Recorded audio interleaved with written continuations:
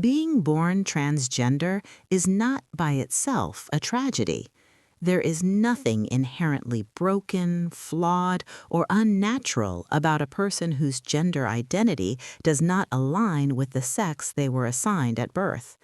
And yet, for many transgender people, life unfolds as a continuous struggle, not because of who they are, but because of how the world reacts to their existence. This story is not about identity as a problem, it is about resistance. The resistance a rigid society places against lives it does not fully understand. It is about what happens when truth meets intolerance and authenticity meets fear. For most people, identity develops quietly. They grow into their names, their roles, and their bodies without having to question whether those things are acceptable. For many transgender people, that process is different. There is often an early awareness, sometimes subtle, sometimes overwhelming, that something does not align. It may appear as discomfort with a name, a sense of distance from the reflection in the mirror, a quiet confusion about expectations placed on the body. At first, this awareness is not empowering, it is unsettling, because long before a transgender child understands themselves, they absorb the world's reaction to gender difference. They hear ridicule disguised as humor. They observe who is mocked, who is excluded, who is silenced. They learn, without being told, that certain truths are dangerous.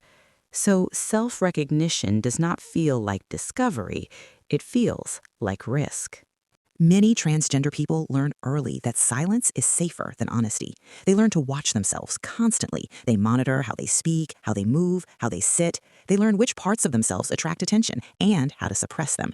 This is not deception, it is adaptation. When the cost of honesty appears too high, hiding becomes a survival strategy. But hiding comes with its own cost. It fractures identity. It creates a gap between who a person is and who they are allowed to be. It teaches a person that safety depends on self-erasure. Over time, this constant self-monitoring becomes exhausting. It is the exhaustion of being alert even while resting, of editing oneself in real time, of living as both actor and audience. For many transgender people, the deepest pain does not come from strangers. It comes from family.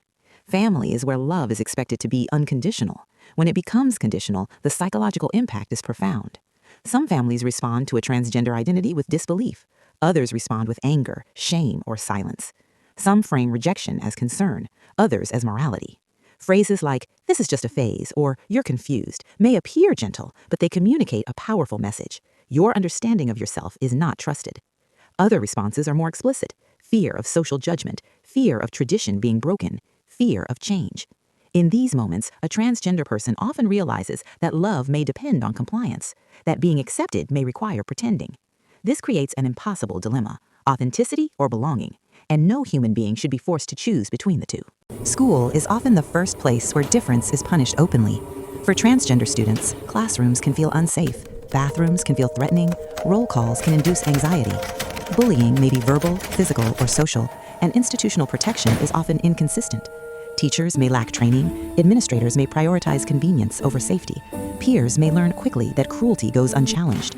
Even when overt violence is absent, there is often a steady background noise of ridicule, exclusion, and isolation. This early exposure teaches a lesson that stays for life: visibility carries risk. Adulthood does not automatically bring relief. In professional spaces, transgender people often face subtler forms of exclusion. Job interviews may end without explanation. Workplace respect may be conditional. Misgendering may be constant and dismissed as accidental. Advancement can stall quietly. Opportunities can disappear without acknowledgement. Transgender people are often forced to decide how visible they can afford to be. Visibility may bring authenticity. It may also bring scrutiny, discomfort, or loss. Every professional decision becomes a calculation. How much of myself can I reveal and still remain safe? One of the most overlooked burdens of being transgender is the constant expectation to explain oneself, to justify identity, to educate others, to remain calm, polite, and patient. Why are you like this? Are you sure? When did you decide?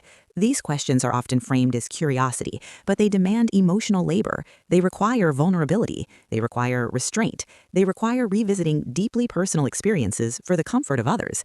This labor is rarely acknowledged. It is expected, not appreciated, and over time, it becomes draining. For some transgender people, the relationship with their body is complex and painful. This experience varies widely. Not all transgender people experience dysphoria, but for those who do, it can be persistent and distressing.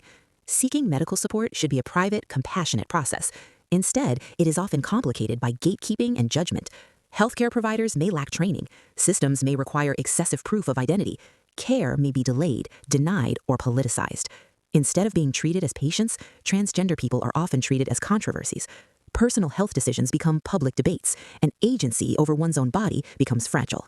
Living under constant scrutiny has consequences. Transgender people experience higher levels of anxiety, depression, and trauma, not because of who they are, but because of what they endure. Chronic stress becomes normalized, hypervigilance becomes habitual, rest becomes difficult. And yet, society often misunderstands this reality. Instead of examining the conditions that produce distress, the distress itself is used to question legitimacy. This inversion, blaming identity instead of environment, allows harm to continue unchecked. At some point, many transgender people realize that their lives are no longer personal. Their bodies become political. Their existence becomes controversial. Their safety becomes negotiable. They are discussed by people who will never know them, reduced to statistics, talking points, and fears. When a life becomes an argument, humanity is often the first casualty. Even when acceptance exists, it is often fragile. It may depend on silence, on comfort, on not asking for too much. This creates a particular kind of loneliness, not the loneliness of being alone, but the loneliness of being partially known, of being present without being fully seen. So what truly makes being born transgender difficult? Not identity itself. What makes it difficult is a world that punishes honesty, conditions love, and confuses difference with danger.